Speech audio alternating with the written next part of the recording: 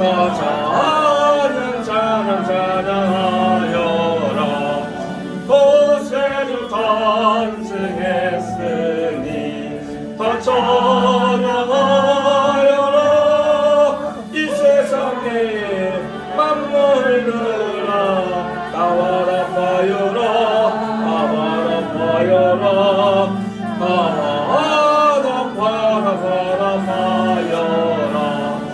온 세상 죄를 사하려 저 예수 오셨네. 죄악을 몰아내고 다 구원하시네. 다 구원하시네. 다 구원하시네. 은혜와 진리의 신주 가져가시니 만 백성 구주 앞에 다 경배하여라. 다 경배하여라. 다 경배하여라.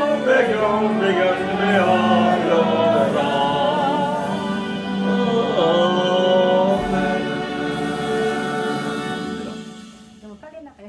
많은 놈을 못 얻었어요. 미치겠어요. 자, 109장 찬양드립니다. 목이 안 나와.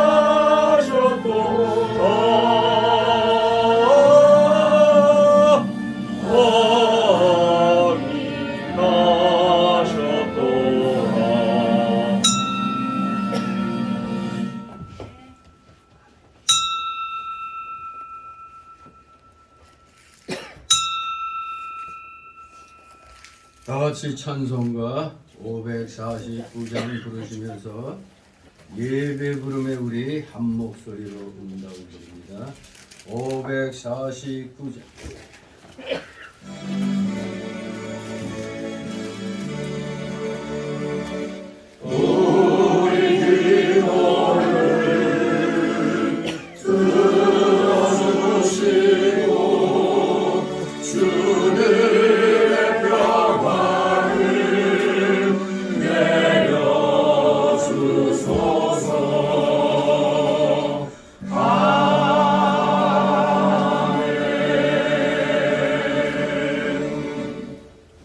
다 같이 묵도 드립니다.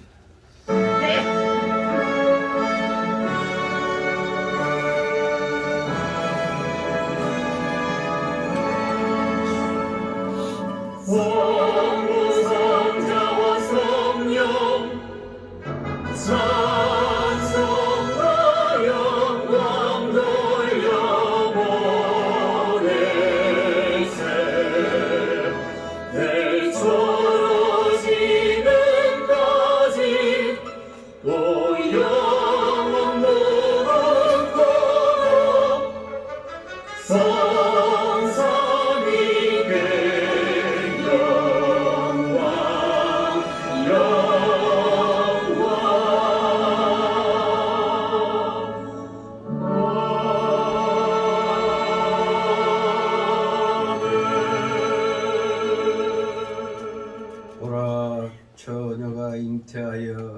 아들을 낳을 것이요 그 이름을 임마누엘이라 하리라. 아멘. 다 같이 일어나셔서 찬송가 547장 하나님 앞에 올립니다.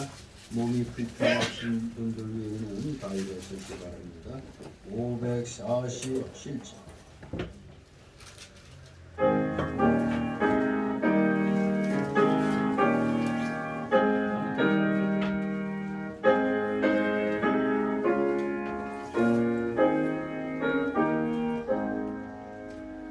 주와 생명되신 주 의복을 바치옵니다. 믿음과 소망 사랑을 한 마음 되게 하소서.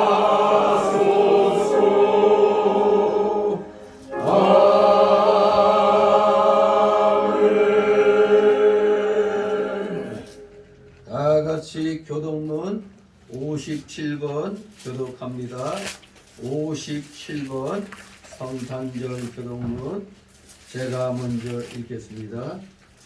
찬송가 뒤에 보면 교독문이 1번부터 쭉 나옵니다.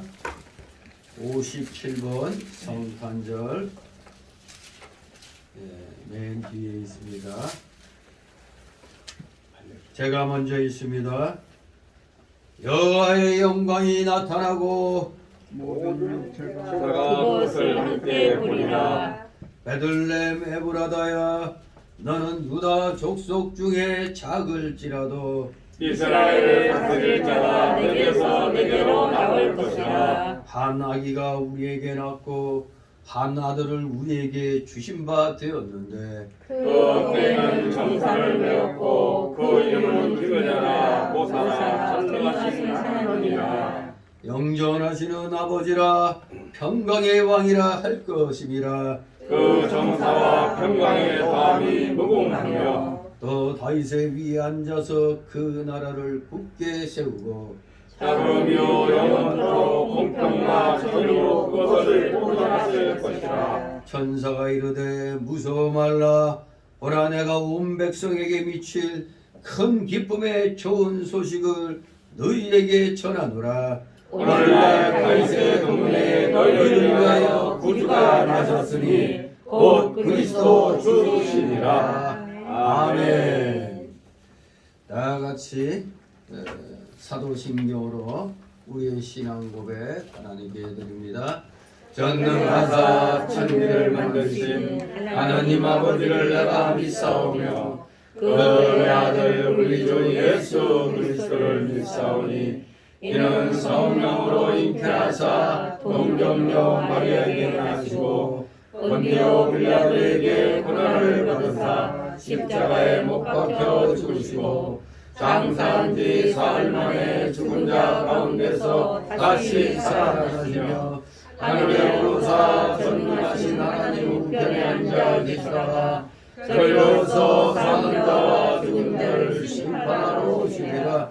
성령을 믿사오며 거룩한 공예와 성도가 서로 교통하는 것과 죄를 사하여 주시는 것과 몸이 다시 사는 것과 영원히 사는 것을 믿사옵나이다. 아멘. 다같이 찬송가 1장 하나님 앞에 올립니다. 찬송가 1장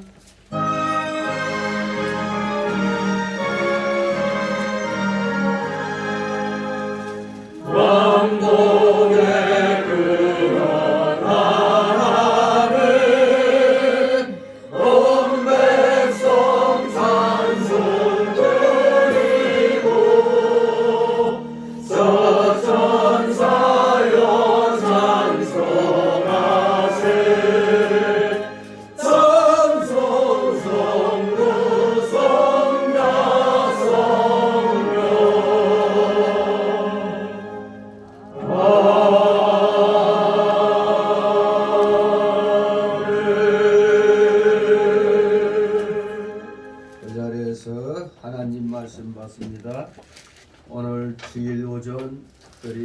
한 절 주일 오전에 주시는 말씀 신약 성경 마태복음 2장 1절에서 8절까지의 말씀입니다. 오전에는 마태복음 2장 1절에서 8절까지의 말씀입니다. 성경을 절반을 넘기면 이제 신약이 나옵니다. 제가 봉독해 올립니다. 헤롯 왕 때 예수께서 유대 베들레헴에서 나심에 동방으로부터 박사들이 예루살렘에 이르러 말하되 유대인의 왕으로 나시니가 어디 계시뇨? 우리가 동방에서 그의 별을 보고 그에게 경배하러 왔노라 하니 헤롯 왕과 온 예루살렘이 듣고 소동한지라.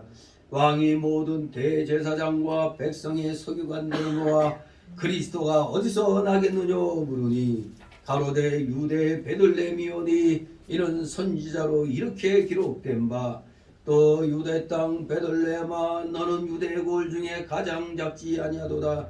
네게서 한 다스리는 자가 나와서 내 백성 이스라엘의 목자가 되리라 하였음이다. 이에 헤롯이 가만히 박사들을 불러 별이 나타난 때를 자세히 묻고 다같이 8절 베들레헴으로 보내며 이르되 가서 아기에 대하여 자세히 알아보거든 착착은 내게 구하여 나도 가서 그에게 경배하게 하라. 아멘. 모두 제자리에 앉아주시기 바랍니다. 이 시간 하나님 앞에 목회기도 올립니다.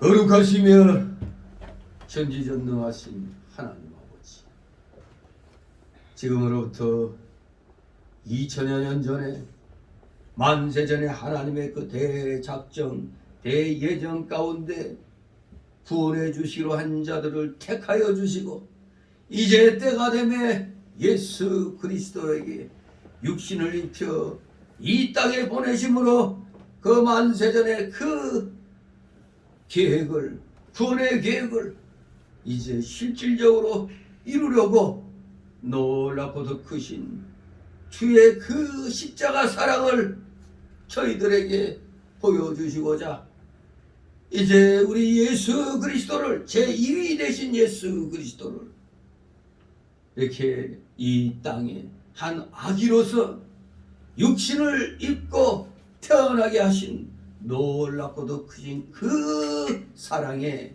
아버지, 오늘도 원근각지에서 모여든 사랑하시는 자녀들 아버지들 한 사람 한 사람 기억하여 주시고 오늘 이 특별히 주일이면서도 성탄절로 겹친 이날 더욱더 뜻깊게 하나님 앞에 감사와 찬송과 존귀와 영광을 돌려오니 주님 홀로 받으시옵소서. 감사를 드립니다.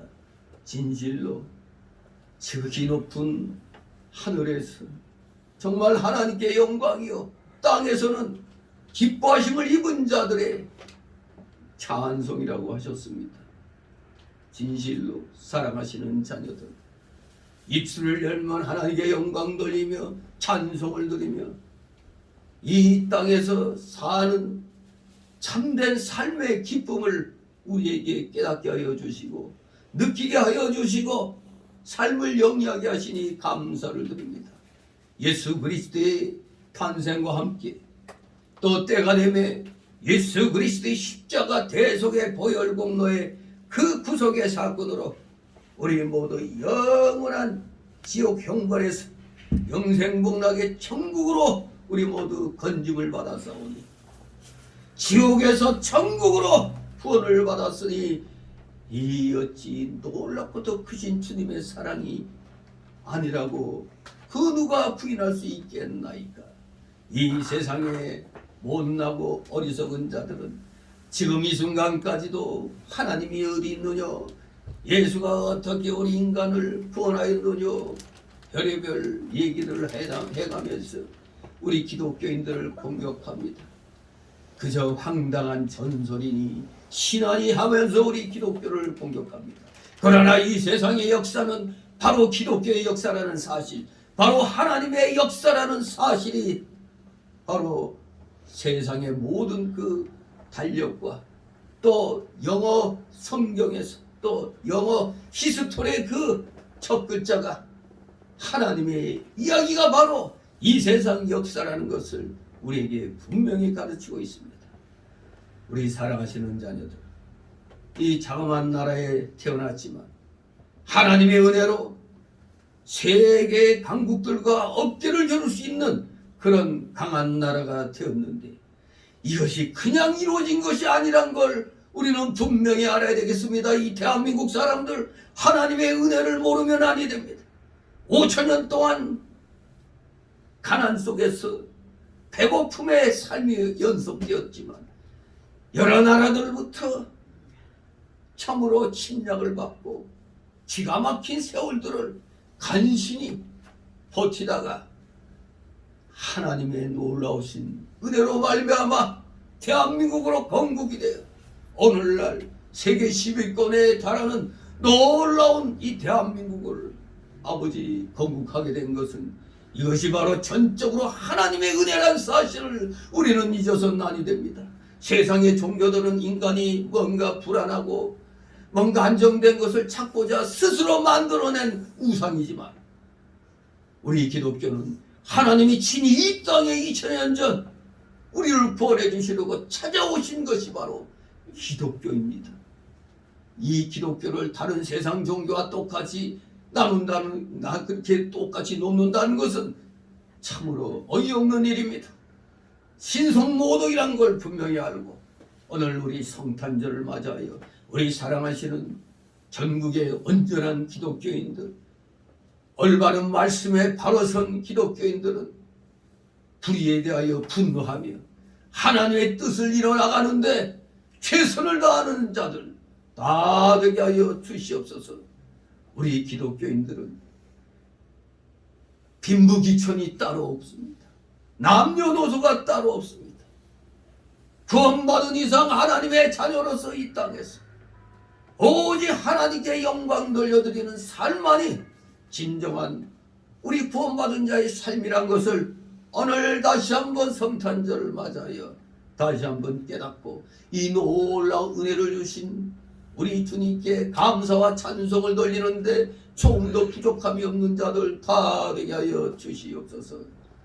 감사를 드립니다. 우리 기독교인들이 먼저 정신 똑바로 차려 세상에서 소금과 빛의 역할을 잘 감당함으로 세상 모든 사람들이 감동을 받아 하나님을 섬기려고 나와야 되는데 어찌된 일인지 지금 세상은 성탄절의 그 소식은 저 세상 밑바닥에서부터 좋지 않은 곳에서부터 흘러나옵니다. 술집에서부터.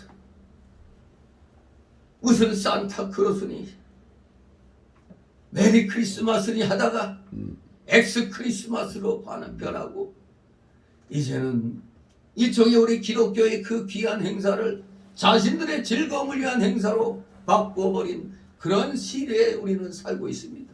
이런 때일수록 우리 기독교인들은 어떠한 상황에서도 절대 굴하지 아니하고 굳굳이 이 성경의 이 말씀들 우리 예수 그리스도의 구원의 소식을 담대하게 당당하게 확신 있게 전파해 나가는데 우리 모두 다 전심전력을 기울이는 자들 되게 하여 주시옵소서.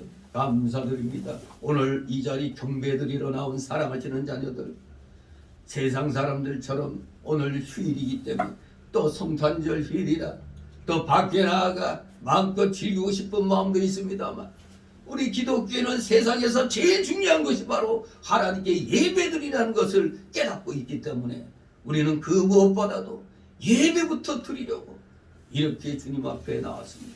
이들의 중심을 기억하여 주옵시고 이들의 그 하는 모든 일들에 하나님의 놀라우신 사랑과 은혜가 차고 넘치게 하여 주시옵소서. 감사드립니다.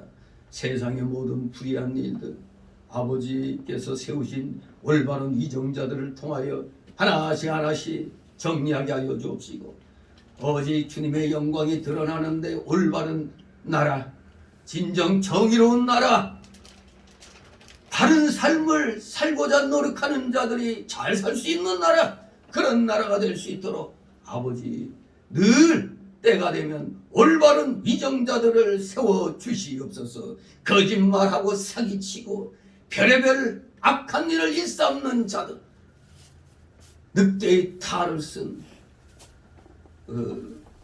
악한 자들, 속은 양같이 그런 마음을 품어야 되는데 늑대와 같은 마음을 품고 겉만 번지르하게 양의 탈을 쓴 그 사악한 자들, 그런 자들이 이 땅에 너무나 많이 있습니다. 위선자들, 우리 기독교인은 이런 위선자가 되어서는 아니 되겠습니다. 외식자들이 되지 않게 하여 주옵소서.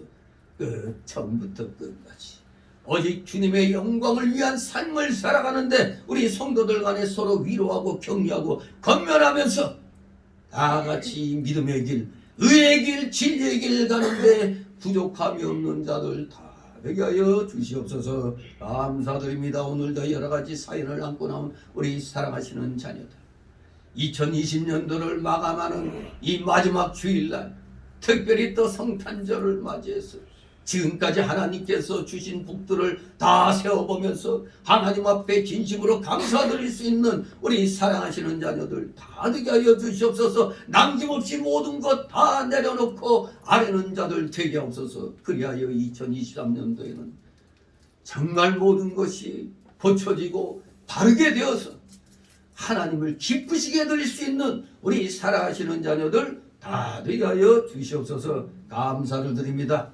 우리 모두 피곤한 중에 나와서오나 영의 기쁨과 그 즐거움으로 육신의 모든 피로를 이길 수 있도록 이 시간 성령으로 충만케 하여 주옵소서. 졸음마귀 내쫓아 주시고 각종 잡념의 마귀들 틈못하게 하여 주시옵소서. 부족한 자의 입술과 영을 주건주장하여 주셔서 온전하신 진리의 말씀이 우리 성도들의 마음에 위에 그대로 다 새겨지게 하옵소서. 진실로 마치는 그 시간까지 오직 주님께서만이 영광 홀로 받으시옵소서. 감사드리며 예수 그리스도의 이름으로 기도드리옵나이다. 아멘. 다 같이 찬송가 116장 찬송입니다. 116장.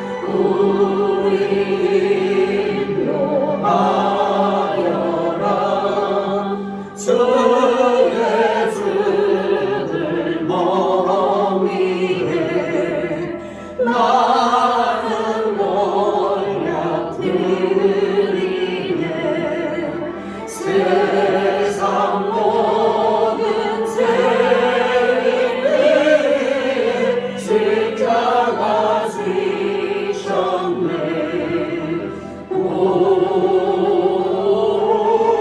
하늘 밤에 밝으며 영맹하고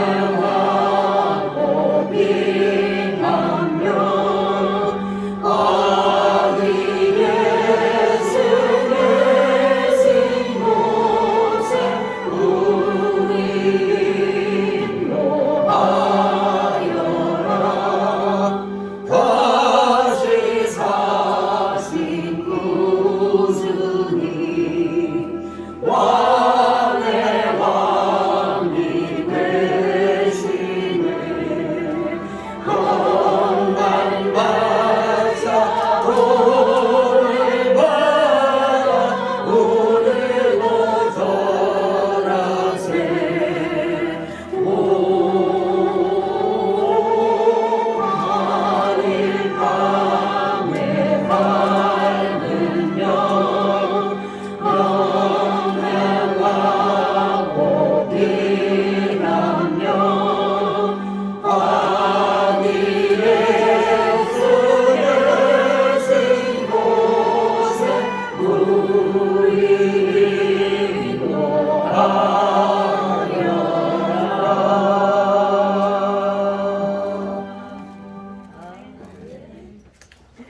주님의 이름으로 여러분을 환영합니다.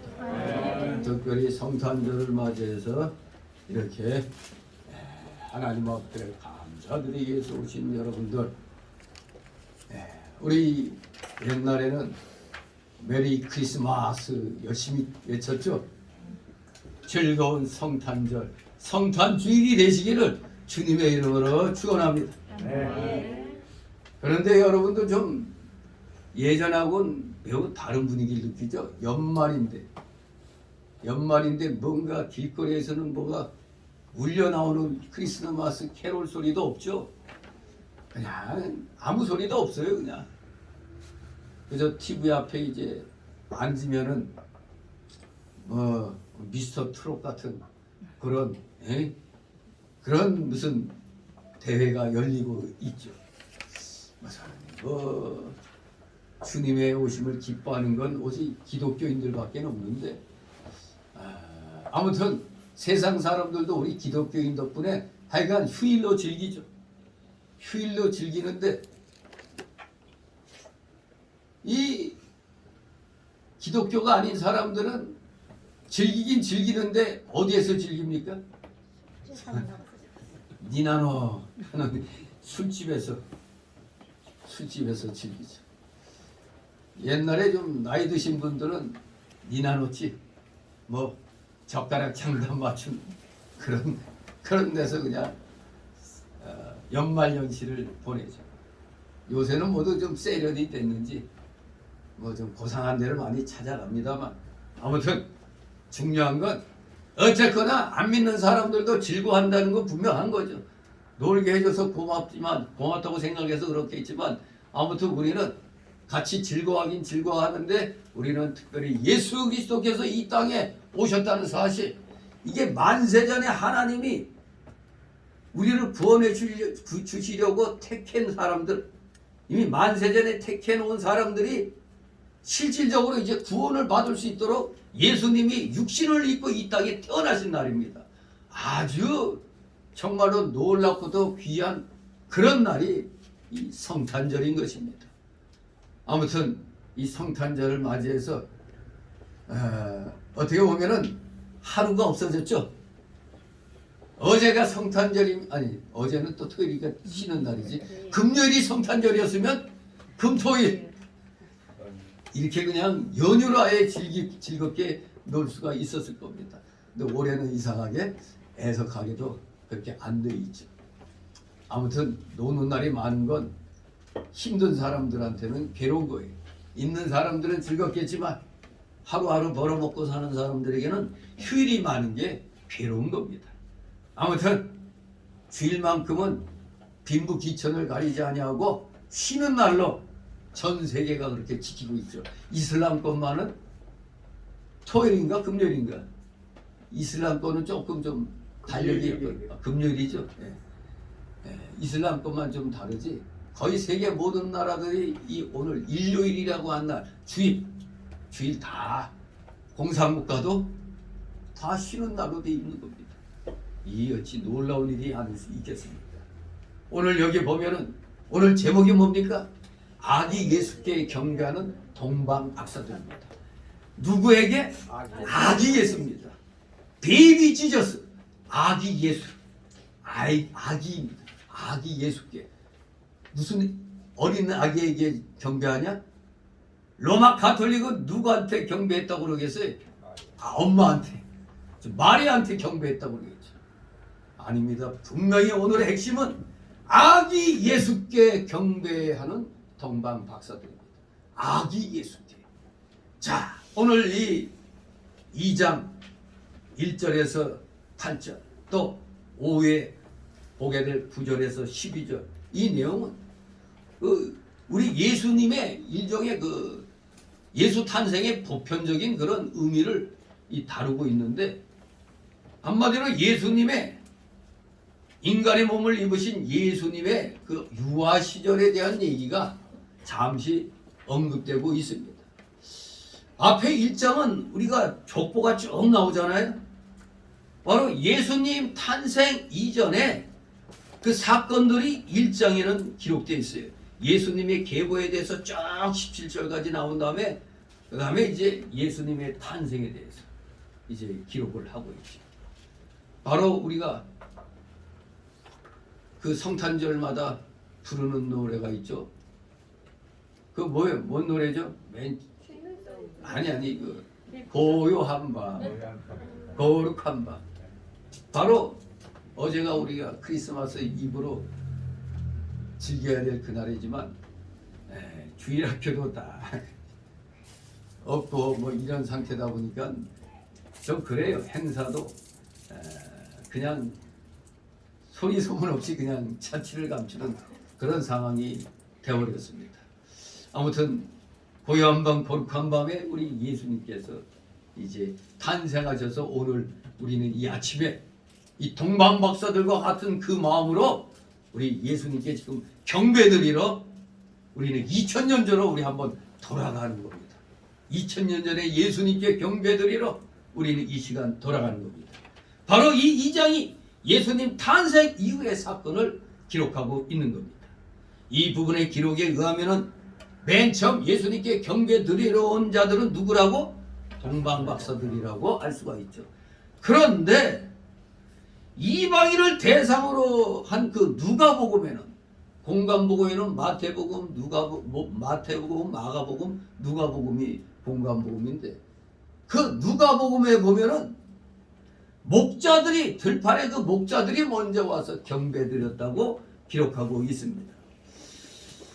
그래서 이 마태복음하고 누가복음을 이제 우리는 이제 이렇게 이제 보충을 해야 돼, 보완을 해야 돼. 같이 두 기사를 종합해 볼 때 목자들이 먼저 도착하고 후에 동방 박사들이 도착한 것으로 우리는 볼 수가 있습니다. 이 같은 사실에는 예수님이 자기 백성에게서는 처음부터 배척을 받으셨지만 이방인들로부터는 존경을 받았다는 것을 우리는 여기에서 짐작할 수가 있죠. 같은 동족들에게는 배척을 받으셨지만 이방인들로부터는 경배를 받으셨다는 것, 존경을 받으셨다는 점이 여기 2장이 아주 예리하게 지금 암시되어 있는 겁니다. 즉 복음의 확산이 유대인들에게는 거침돌이 되었지만 이방인들에게는 더할 나위 없는 기쁜 소식이 되었던 것입니다. 하늘엔 영광이, 땅에는 하나님께 대한 이 찬송, 감사의 찬송이 차고 넘치는 그런 날이 된 겁니다. 여기서 우리는 하나님의 임재하심은 어느 한 지역이나 어느 한 국민에게만 국한된 것이 아니라고 사도행전 7장의 스데반이 그 증거한 것을 보게 됩니다. 어느 한 지역이나 어느 한 국민에게만 이 하나님의 임재하심이 제한되어 있는 것이 아니라고 사도행전 7장에 스데반이 아주 장황한 그런 설교를 하는 것을 보게 됩니다. 바로 그 사건도 그렇지만 오늘 이 동방박사의 경배 사건을 통해서 하나님의 임재하심이 현실적으로 구현되었다는 것을 우리가 볼 수가 있는 겁니다. 예수 탄생, 성령으로 잉태하신 예수님이 분명히 역사적으로 탄생하셨다는 것이 바로 마태복음, 누가복음에서 증거되는 것입니다. 자, 그럼 이제 우리 아기 예수께 경배하는 동방 박사들에 대한 내용 먼저 1절에서 8절까지 오늘 살펴보도록 합니다. 동방 박사들의 방문입니다. 동방 박사들의 방문. 1절, 2절 있습니다. 헤로다 때 예수께서 유대 베들레헴에서 나심에 동방으로부터 박사들이 예루살렘에 이르러 말하되 유대인의 왕으로 나실 이가 어디 계시뇨? 우리가 동방에서 그의 별을 보고 그에게 경배하러 갑니다 하니. 아멘. 어느 시대 때 얘기입니까? 헤로당 때라고 분명히 여기 밝히고 있습니다. 헤로당은 사실 유대인이 아닙니다. 에서의 후손인 이두메인입니다. 이두메인. 에서의 후손인 이두메인. 이 헤롯은 BC 40년에 시저가 이끄는 로마 제국 원로 회의를 뇌물로 매수합니다.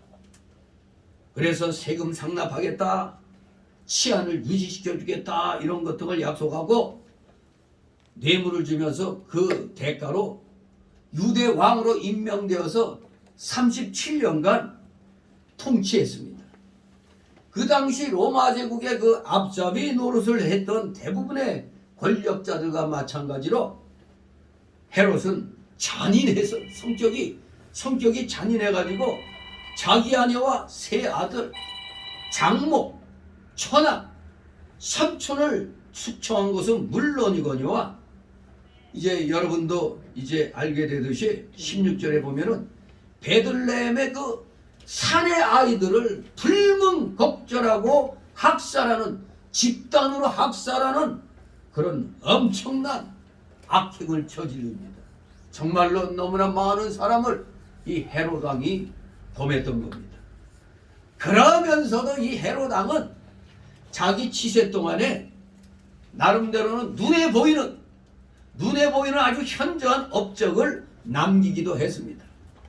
이를테면 극장이라든가 원형 경기장, 또 각종 기념, 또 이방신의 제단들, 성체, 이 성곽들, 이런 성체를 건축하고 무엇보다도 이 헤롯 왕이 그 중에서도 좀 잘했다고 보는 것은 예루살렘 성전 재건 사역이었습니다. 예루살렘 성전, 허물어져 있던 그 예루살렘 성전을 재건하는 데 있어서 BC 20년에 시작해서 그가 죽은 뒤인 AD 68년에 완성을 시킵니다. 그가 죽은 뒤인 AD 68년. 그런데 BC 20년에 시작했으면 결국 거의 88년, 거의 90년이 걸린 거죠.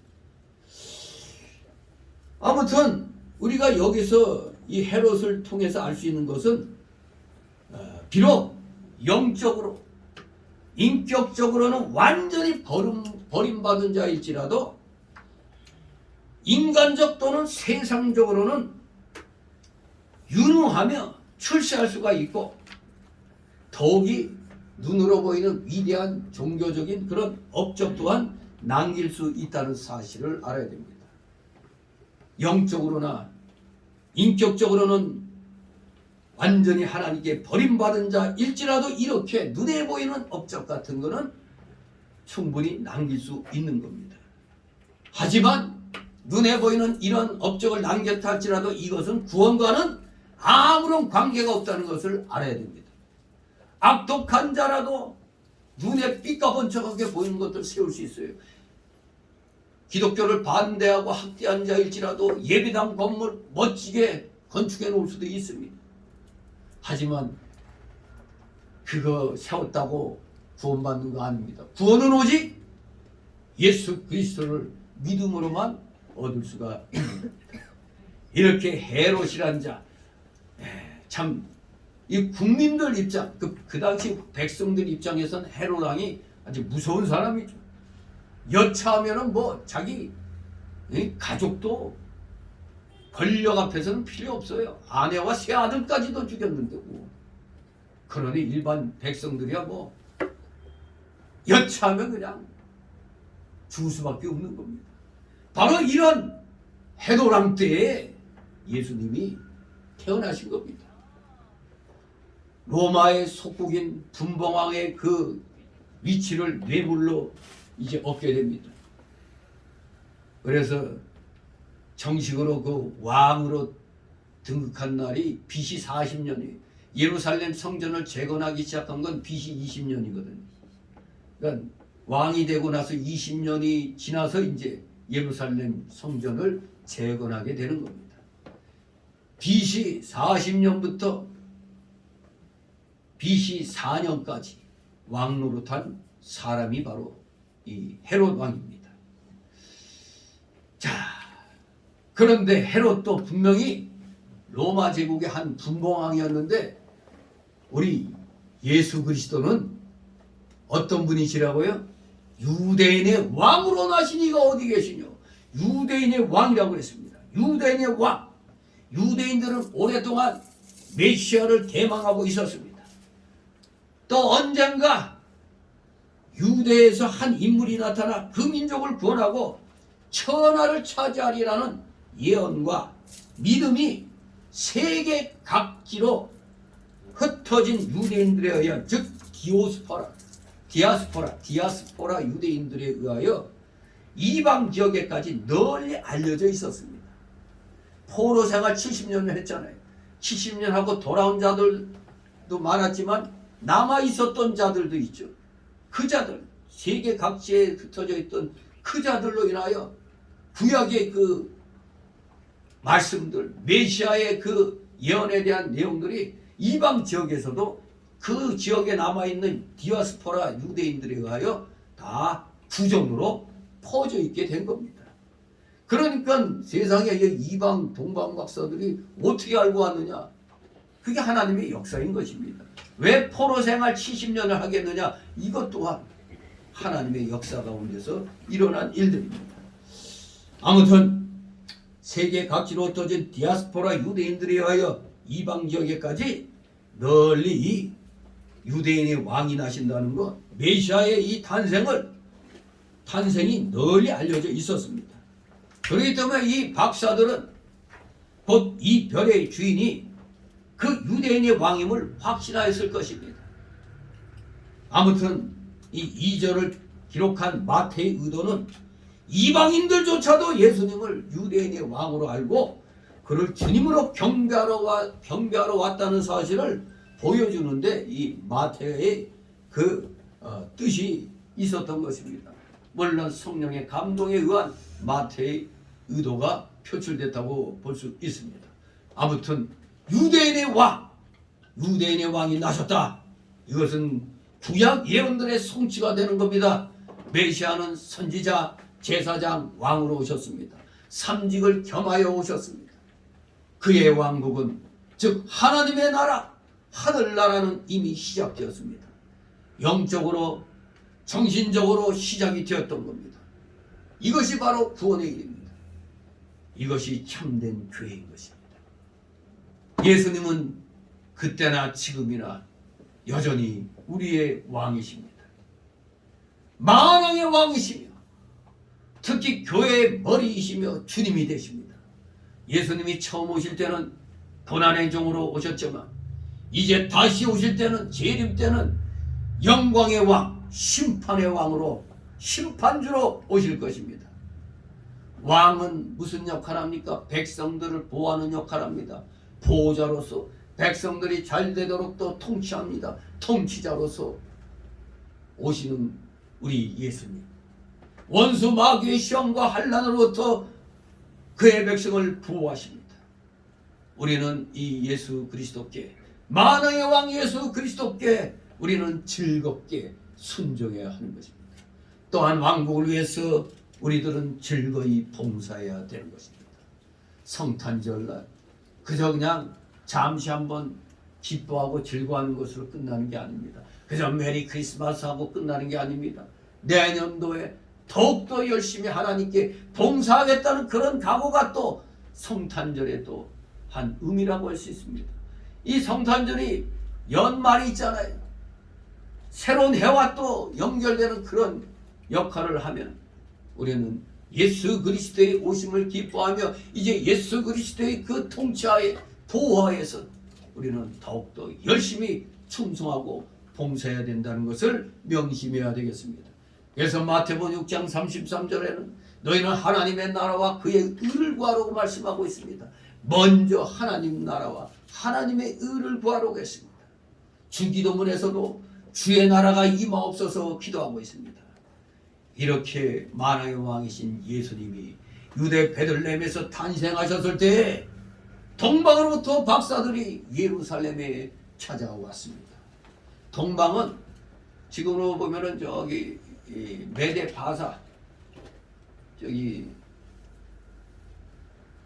그 후세인이 하던 데가 그 이라크, 이란, 뭐 바사는 페르시아를 가리키죠. 지금의 터키. 그러니까 그런 지역이 이제 동방이라고 불려졌는데 예전에는 다 바벨론에 속했던 나라입니다. 바벨론에 속해 있다. 바로 그러면 이스라엘 백성들이 하나님의 징벌을 받아서 바벨론에 포로로 끌려간 지역이라고 딱 떠오르잖아요. 그러니까 뜬금없이 왜 유대인들이기만 알고 있었던 메시아 탄생이 어떻게 저 먼 동방에서 알 수 있었느냐? 바로 이미 70년간의 포로 생활을 통해서 그 지역에 포로로 끌려온 유대인들에 의하여 이 복음의 그 메시아 사건이, 메시아의 이 탄생, 메시아의 그 탄생에 대한 이 소식이 아예 그 지역에 또 전 세계로 다 전파가 되어 있었던 것입니다. 그러니까 이 박사들이 이 땅에 그 예수 그리스도 탄생을 계시로 받았던, 아마 이 영어 성경에 보면은 킹 제임스 역본에는 와이즈맨이라고 되어 있어요. 와이즈맨, 현명한 사람, 현명한 사람들, 와이즈맨. 근데 NIV 성경에는 메이저라고 되어 있어요. 메이저. 3인의 동방박사는 메이저라고, MAGIC 뭐 그렇게 그 NIV 성경에 되어 있는데 킹 제임스 역본에는 더 와이즈 맨으로 그렇게 이제 기록되어 있습니다. 와이즈 맨, 메이저. From the east to 예루살렘. 이렇게 세 명의 그 동방 박사들이 이렇게 하나님의 놀라운 그 섭리 속에서 깨닫고 메시아를 경배하러 왔던 겁니다. 자, 그런데 동방 박사들이 세 사람이에요? 몇 사람이에요? 근데 성경에는 세 사람이란 말이 없어요. 세 사람이란 말 없죠. 그러나 세 사람이라고 추측하는 것은 이제 뒤에 나오면은 그 예물 드리는 걸 보면은 예물이 세 가지 예물이 황금, 유향, 모략이 이렇게 되는데 이걸 봐서 세 사람이 왔나 보다 이렇게 이제 추측을 하는 겁니다. 딱 보니까 여기도 나타난 세 사람 있다 이렇게 돼 있죠. 아무튼 그냥 부지불식간에 그냥 뭐 동방박사 하면 세 사람으로 그렇게 기억을 하고 있습니다. 아무튼 세 사람이라는 말은 없으나 세 사람으로 우리가 추측을 할 뿐입니다. 자, 아무튼 이 동방박사들은 글자 그대로 박사들이에요. 여러 분야의 박사들입니다. 천문학, 점성술을 연구하는 그런 사람들이니까 별을 보고 찾아오지. 아무튼 이런 자들이 유대인의 왕으로 나신 분을 경배하기 위해서 먼 길을 찾아온 겁니다. 그들이 찾아올 때 별 따라왔다고 그랬잖아요. 별을 보고 찾아왔어요. 유대인들이 바벨론에서 70년간 포로 생활할 때 민수기 24장 그 17절 말씀이 유대인들로부터 이방인들에게도 전파되었을 겁니다. 장차 한 별이 나타나게 되면 이스라엘에 그리스도가 오실 것을 믿고 그 그리스도를 대망하였을 것입니다. 야, 과연 이 첨성학이나 이 천문학이나 점성술을 연구하는 사람들, 우리 옛날부터 보면은 하늘의 별을 보고 뭘 연구하는 사람들이 있잖아요. 근데 우리도 옛날에 뭐가 이 해성, 소위 말하는 그 뭐야 그 별똥별 같은 게 이제 떨어지면은 어디에 어느 지역에 딱 떨어진 거 보고 아, 누가 죽었구나. 이런 영화나 뭐 어떤 소설에 이런 거 많이 있죠. 삼국지에서도 그런 게 나오는데 천문학을 연구하면 어떻게 그런 것도 알게 되는지, 아 뭐가 불길한 징조구나 이런 거 알잖아요. 그런데 이걸 연구하는 박사님 딱 보니까 유별나게 밝은 별 하나가 딱 떴어. 이야, 저게 바로 그 민수기 24장 17절 그 예언의 별인가 보다. 왜? 뭔가 별 자체가 달랐을 겁니다. 뭔가 더욱더 영롱하게 빛을 발한 것으로 보입니다. 그러니 이들은 하나님의 그 감동에 의해서 그걸 분명히 깨달았기 때문에 먼 길을 마다하지 않고 이렇게 온 것입니다. 자, 아무튼 유대인들이 포로 생활하면서도 그 별이 나타나기만 하면 유대인의 왕으로 그리스도가 오셔서 유대인들을 중심하여 그리스도 왕국을 건설하시고 전 세계를 통치하게 될 것이라고 믿고 그것을 바벨론 사람들에게도 분명히 말해 주었을 것임을 확신할 수가 있죠. 왜? 동방 박사들이 그 별 하나 보고 따라왔다는 것 자체가 이 민수기 24장 17절의 이 얘기가 널리 퍼져 있다는 것. 더구나 빈말이 아니라 틀림없는 확실한 메시아의 그 탄생을 아마 이 동방 박사들은 확신했을 겁니다. 비록 바벨론 사람들 사이에서 구전으로 전해져 내려온 거지만 마침내 한 별이 나타나고 유별나게 그 별이 달라 보인 것을 이 동방 박사들이 발견을 했던 겁니다. 그러니 박사들이 평소에 안 보이던 별이 더구나 또 유별난 별이 그냥 반짝반짝하니까 신기하게 생각했을 거 아닙니까? 바로 그 순간에 성령의 감동이 임하여 유대인의 왕이 나신 것을 깨닫게 되었던 것입니다.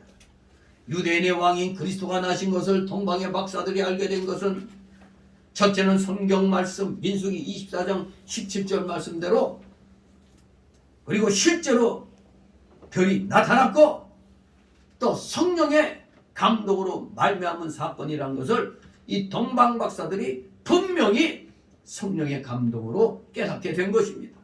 깨닫지 않고서야 그 먼 길을 갖다 어떻게 갈 수가 있어요? 더구나 오늘날 같이 뭐 비행기니 자동차니 이런 게 없는 시대에 걸어서 아니면 낙타 타고 이렇게 와야 되는데 그야말로 엄청난 길입니다. 그냥 천리길이 아니라 만리길, 뭐 몇 만리길일 것입니다. 그런 길을 왔다는 것은 성경 말씀대로 실제로 별이 나타나고 성령의 감동으로 확신이 생겼기 때문에 이 동방 박사들이 깨달은 겁니다. 그렇기 때문에 우리 가자, 예수님을 경배하러 가자, 이렇게 먼 동방에서 예수님을 찾아온 겁니다. 이거 아무나 할 수 있는 일이 아니죠. 더구나 옛날에 엄청나게 험한 길일 텐데 찾아왔다는 것은 정말로 이 동방 박사들이 훌륭하다 그렇게 말할 수도 있고, 이 힘든 모든 것을 이겨낸 정말로 놀라운 동방박사들이구나. 그래서 또 오늘날에도 동방박사들의 이 경배 사상을 우리가 존경하는 그런 마음들을 갖게 되죠. 어떻게 그 먼 데서 오직 그 별 하나만 바라보고 따라올 수 있을까? 이렇게 동방박사들은 존경하게 되는 거죠. 근데 오늘 혹자들은 그래요. 동방박사들이 사기쳤다. 이게 무슨 소리냐? 동방박사들이 이렇게 불언천리하고 먼 길을 와서 예수님께 경배드린 것은 칭찬할 만한 얘기예요. 그런데 문제는 과연 이들이 칭찬만 받을 수 있느냐 이겁니다. 왜? 이제 뒤에 가면은 잠깐 실수해가지고 그 하나의 실수가 그 지역의 어린 애기들을 모조리 죽이게 만드는 유아 집단 학살 사건이 일어났잖아요. 그래서 어떤 분들은 그래, 동방박사들을 우리가 존경해서만은 안 된다. 그들이 오늘날 우리들에게 사죄해야 된다, 사과해야 된다, 그런 말을 해요. 그래서 가상으로 동방박사들이 사과문을 갖다 시대를 초월해서 사과문을 발표한 것을 또 그렇게 또 그냥 이렇게 써가지고 SNS에 올린 그런 글도 있어요. 그 가만 생각해 보니까 그렇죠. 동방박사들도 우리는 마냥 존경했는데, 아이고 이들이 하나의 실수로 집단으로 유아들이 학살됐다는 이 사실, 이걸 또 우리가 그냥 쉽게 넘기면 안 되는 거죠. 사실은 이 동방박사들이 경배에 대하여 존경심으로 인해서 유아들이 집단 학살당했다는 이 사건이 그냥 솔직히 묻혀버린 겁니다. 그냥 아기 예수께 경배한 그 사건이 모든 것을 덮어버린 거예요. 그러니까 동방박사들이 질타당하고 세대를 시간을 초월해갖고 오늘날에도 사과를 해야 된다는 말이, 니들이 실수해가지고 그 지역의 집단으로 유아들이 모조리 다 학살당해서 그 부모들의 눈에 피눈물 나게 했다 이겁니다. 부모들의 눈에 피눈물 나게 한 거 아니에요. 애기, 젖먹이 애기들까지 2살 이하는 모조리 다 죽였으니까. 그걸 생각하니까 저도 그걸 잠깐 읽으면서 동방박사들이 아기 예수님을 불언천리하고 찾아와서 경배한 것만 생각했지, 이들이 실수함으로 말미암아 수많은 어린 아기들이 죽었다는 사실은 우리는 별로 크게 생각을 안 하고 있었음을 깨닫게 되었습니다. 그러나 잘한 건 잘한 거고 못한 건 못한 거죠. 일단 오늘 성탄절을 맞이해서 일단 이 잘한 거를 갖다 일단은 우리는 먼저 생각을 해봐야 되겠습니다. 아무튼 동방박사들이 예수님을 찾아온 것은 기억이 나십니까? 이거 1년 매년 한 번씩 이렇게 이제 성탄절을 맞이해서 한 말씀인데, 평양의 우리 이기선 목사님이 아주 이 동방박사들이 예수님을 찾아온 것을 3가지를 마다하지 않고 찾아왔다고 말씀을 하셨죠. 3가지. 3가지 뭐요? 불고가사. 집안일을 돌보지 아니하고, 불고가사 집안일, 집안일을 돌보지 아니하고, 불사노고 고생을 생각지 않고, 불사노고. 3번째로는 불언천리, 천리를 멀다 하지 않고 찾아왔다. 이 동방박사들이 바로 이 3가지 정신으로 찾아왔다 이겁니다. 불고가사, 불사노고, 불언천리. 이게 바로 너희는 먼저 하나님 나라와 그 의를 먼저 구하라고 하신 말씀을 실천하고 있는 겁니다. 집안일보다도, 내 자신의 고생보다도, 그 길이 먼 고생스러운 길이라 할지라도 마다하지 않고 찾아왔습니다.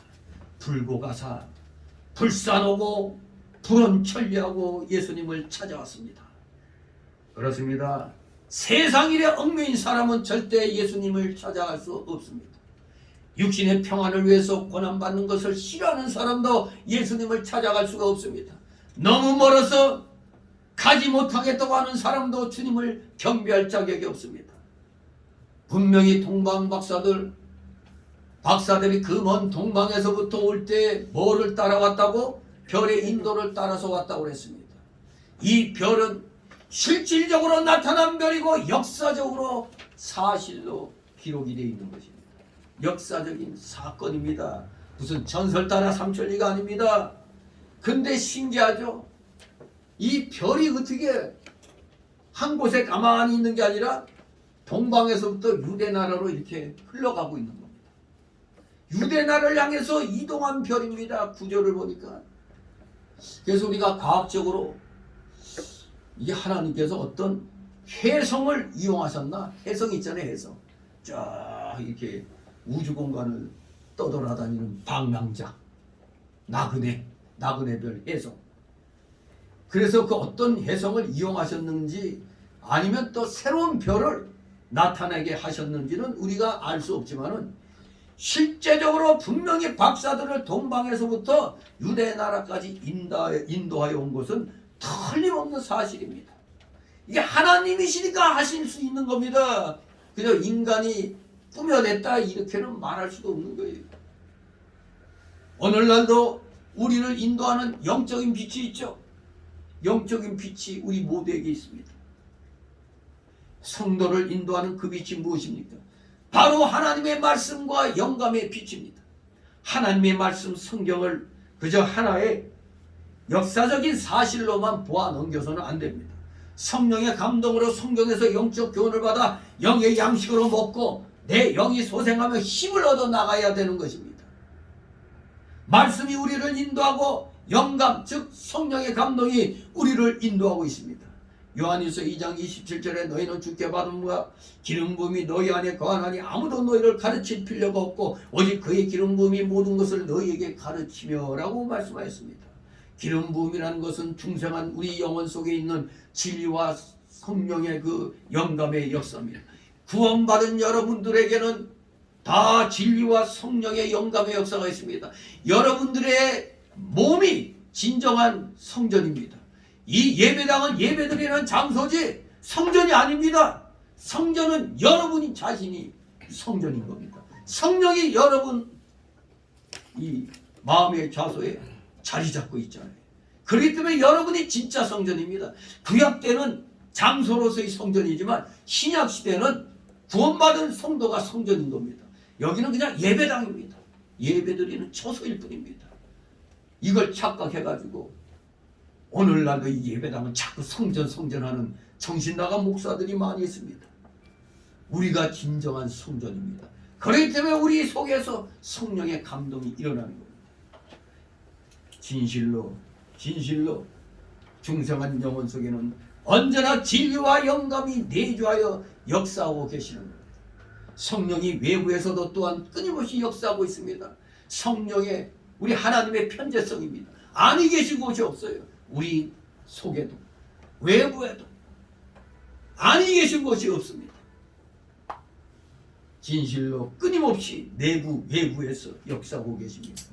더구나 이 빛의 인도는 하나님의 말씀과 성령의 감동이 우리 중생한 영혼 속에 역사하고 중생한 영혼이 우리의 마음을 이 옛사람에 속해 있는 이 마음을 갖다 주장하는 걸 말합니다. 영은 이미 구원받아서 새 영이 되었지만 중생한 영이 되었지만 아직도 우리 속에는 이 옛사람의 속성이 가득 차 있어요. 우리의 마음을 주장하고 있어요. 그렇기 때문에 중생한 영이 이 옛사람의 속성을 자꾸 억누르는 그런 작용을 우리가 믿음 생활을 하면 할수록 강해지는 겁니다. 믿음 생활을 떠나면 떠날수록 옛사람의 속성에 휘둘려 갖고 어떻게 구원은 받았어도 부끄러운 구원, 그런 불에 다 타버린 부찌개 같은 그런 구원을, 해받는 구원을 받게 되는 겁니다. 우리는 그래서는 안 됩니다. 항상 중생한 내 영이 내 마음을, 내 영을 온전히 주정해야 됩니다. 성령의 감동에 우리 중생한 영이 그대로 순종하며 나가야 되는 겁니다. 다른 말로 하면 진리와 영감이 우리 중생한 영과 마음의 역사에서 우리의 심령을 밝히고 인도하여 나가는 그런 역사가 빛의 인도라고 말할 수가 있는 것입니다. 우리의 심령을 인도하는 말씀 속에는 늘 성령의 감동이 있어야 됩니다. 그런데 성령의 감동은 소위 과도한 은사주의자들, 신비주의자들, 이단들이 얘기하는 무슨 자기 어떤 체험, 그게 아닙니다. 성령의 감동은 뭐를 근거로 해야 된다? 성경 66권의 말씀을 근거로 해야 되지, 말씀에서 떠난 어떤 자기 체험 가지고는 함부로 얘기하면 안 됩니다. 그러면 자칫하면 이단이 되는 거예요. 말씀에 근거해 갖고 우리는 성령의 감동이 있구나, 이걸 깨닫게 되는 겁니다. 그래서 이 말씀과 성령의 감동이 합해져 가지고 우리의 심령의 역사입니다. 심령, 중생한 영혼과 마음이 합해진 걸 심령이라고 해요. 바로 우리의 심령의 역사에서 생명의 역사를 이루어 나가는 것입니다. 이것이 우리를 하나님께로 인도하여 나아가는 빛이 되는 것입니다. 여러분들은 이렇게 항상 여러분들을 인도하는 영적인 빛이 있다는 사실을 기억하시기 바랍니다. 마태복음 6장 23절에 보면 눈이 나쁘면 온몸이 어두울 것이니 그러므로 네게 있는 빛이 어두우면 그 어둠이 얼마나 하겠느냐라고 했습니다. 성도는 하나님의 빛의 역사가 우리 심령에 있어서 늘 심령이 밝고 명랑하며 언제나 그 빛을 따라가야 하는 것입니다. 빛을 따라가면 명랑하고 즐겁고 생명의 역사가 있으며 항상 감사와 사랑이 넘치게 됩니다. 여러분들은 이미 세상에서 의학적으로 밝혀진 뭐요? 지금 네 가지 하나님이 치료해 주신 거 있죠. 엔돌핀, 그리고 세로토닌, 도파민, 다이돌핀, 요 네 가지가 이 사람이 감사하고 기뻐하고 사랑을 할 때 생기는 겁니다. 더구나 세로토닌이 엔돌핀이니 도파민이니 이런 것들 정말로 하나님이 우리 인간에게 아주 공짜로 주신 겁니다. 늘 기쁜 소식 듣고 기쁜 노래 듣고 감사하고 찬송하면은 저절로 생기는 겁니다. 여러분들 진심으로 하나님의 놀라운 은혜 가운데서 여러분들은 사실 기적을 날마다 체험할 수 있는 그런 상황을 여러분들은 맞이하고 있는 겁니다. 그래서 우리 기독교인들 가운데는 죽을 암병에 걸려서도 하나님께 감사하고 찬송하고 기도하면은 낫는 일이 일어나는 게 바로 우리에게 충만한 그런 엔돌핀, 세로토닌, 도파민, 다이돌핀 이런 것이 생겨나게 돼 있어요. 감사와 찬송만 많이 하면은 저절로 이게 생겨나는 거예요. 암병도 낫는 일이 그래서 생겨나는 겁니다. 그러니까 정말로 여러분이 기쁨과 감동을 느끼면은 평소보다도 몇백 배, 몇천 배가 나오니까 죽을 병이 낫기도 하는 역사가, 그래서 예배 시간에 말씀 듣다가 또 부흥 집회에서 또 말씀 듣다가 일어나는 겁니다. 사기꾼들이야 가짜로 꾸며서 하지만 진짜로 일어날 수 있는 겁니다. 이게 하나님께 기도하고 감사하고 찬송하면은 기적을 여러분도 체험할 수가 있는 것입니다. 그렇기 때문에 여러분은 기본적으로 명랑하고 즐겁고 생명의 역사가 항상 일어나는 것입니다. 뭐 때문에? 감사와 찬송을 하니까. 얼마나 귀한 그런 복을 받았습니까? 이 빛은 언제나 우리를 예수님께로 인도하고 빛을 따라가면 하나님과의 교통이 잘 이루어지는 것입니다. 그런데 이 박사들이 그만 비열을 따라가다가 예루살렘에 들어간 것은 실수 중에 가장 큰 실수였죠. 그 실수가 돌이킬 수 없는 실수죠. 유아들이 집단 살해당한 이 사건은 씻을래야 씻을 수 없는 실수인 것입니다. 아니 어쩌면 죄악을 범한 거나 다름없어요. 그들이 예루살렘으로 들어가지 말고 그냥 별만 따라갔더라면 그들은 분명히 베들레헴으로 갈 수 있었을 겁니다. 그런데 박사들이 별의 인도를 받아 요단강 건너 유다 땅에 도달하고서야 마음을 놓았어요. 이 믿음 생활에서는 마음 놓으면 안 되는 겁니다. 이제 다 됐구나, 다 왔구나 하는 순간 별을 안 봤어요. 왜? 당연히 유대인의 왕이니까 어디 있을 거라고? 왕궁에 있을 거라고 생각을 하는 겁니다. 그래서 곧바로 별은 이제 안 보고 이제 다 왔다 생각하고 별은 안 보고 그냥 자기들 생각으로 예루살렘으로 들어간 겁니다. 예루살렘으로 들어가는 순간 빛을 잃어버렸어요. 동방박사들이 예루살렘으로 간 것은 다 인간의 지식을 따라간 것입니다. 즉 인본주의를 따라 행한 것입니다. 유대의 왕이 나셨다면 분명히 수로인 예루살렘에서 나실 것이라고 인간적으로는 틀린 말이 아니죠. 틀린 생각이 아닙니다. 올바로 판단한 겁니다. 인간적으로는. 왜? 예루살렘에는 유명한 성전이 있고 종교와 정치의 중심지이기 때문에 누구나 다 그렇게 생각할 만합니다. 상식적으로나 전통적으로 볼 때 왕이 예루살렘에서 나실 것이 틀림없다고 생각해서 동방박사들은 마음을 놓고 인간의 생각대로 바로 예루살렘으로 들어간 겁니다. 베들레헴은 예루살렘에서 남쪽으로 조금 떨어져 있는 조그만 마을입니다. 분명히 별은 예수님이 계신 베들레헴으로 인도했을 텐데 박사들이 그거는 안 보고 당연히 예루살렘 성이겠거니 하고 들어가 버렸기 때문에 이제 별을 잃어버리고 흑암을 만난 겁니다. 박사들이 멀리서부터 별을 잘 따라오다가 거의 다 와서 방심하다가 그만 별을 바라보지 않고 따라가지 않았습니다. 그래야 이 흑암에 빠진 겁니다. 별, 스타, 예수님께로 인도하는 빛이 별입니다. 언제든지 빛을 따라가야지. 인간의 생각대로 인간의 지식을 따라가면 이 별을 잃어버리게 됩니다. 성도가 빛을 잃어버리게 되면 어떻게 됩니까? 흑암을 만나게 되어서 기도의 문이 막힙니다. 심령이 답답하고 불쾌한 마음이 들어옵니다. 성도가 빛을 잃어버린 것은 마치 물고기가 물을 떠난 것과 같습니다. 빛을 잃은 성도는 빛을 다시 찾아야 만족이 있고 기름이 있고 심령의 상쾌함과 만족과 기쁨이 있고 심령의 상쾌함과 즐거움이 있게 되는 겁니다. 빛을 잃어버리게 되는 것은 그 빛을 따라가지 않고 방심하고 부주의해서 그저 인간의 지혜와 인간의 뜻을 따라 자기 주장 자기 생각대로 나아가기 때문에 빛을 잃어버리게 되는 겁니다. 다시 말하면 전문용어로 말하면 인본주의로 나갔기 때문에 빛을 잃어버리게 되는 겁니다. 전통에 얽매이고 세상주의에 얽매여서 육신의 생각으로 길어지면 이 별을 잃어버리게 되는 것입니다. 이제 두 번째 단락으로 3절 8절 동방박사들의 방문 목적을 이제 살펴야 되겠습니다. 동방박사들의 방문의 목적 3절 4절 있습니다. 헤롯 온 예루살렘이 듣고 소동하니라. 왕이 모든 대제사장과 백성의 소리를 들으며 그리스도가 어디서 나겠느냐 물으니. 아멘.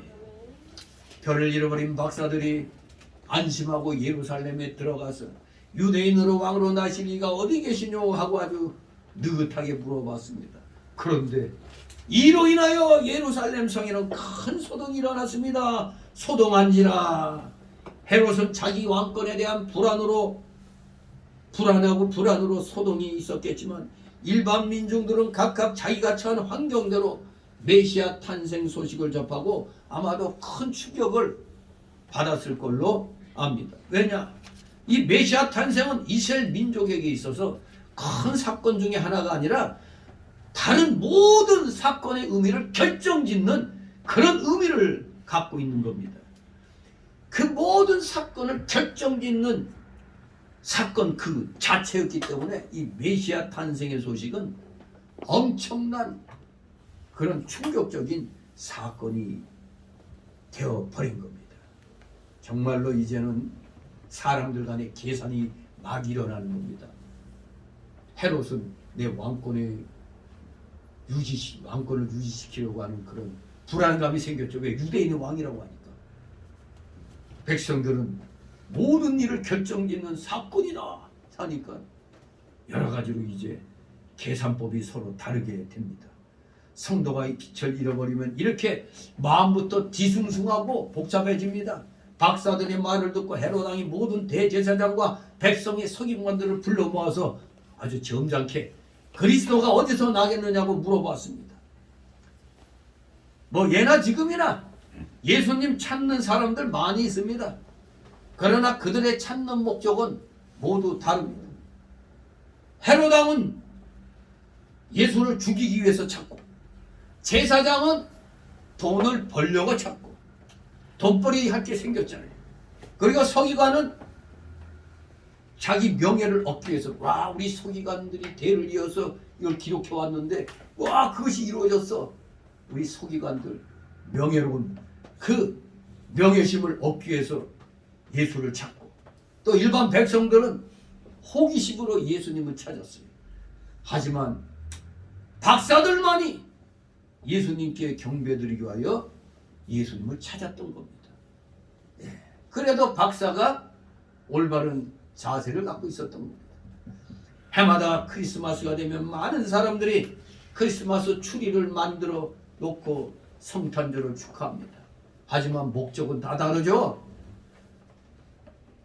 술집에서는 손님들 끌어들여 술 많이 팔려고 성탄절 이용하고, 백화점에서는 뭐 하려고? 손님들 많이 끌어갖고 크리스마스 그 상품들 준비해 놓은 것도 다 팔려고 하죠.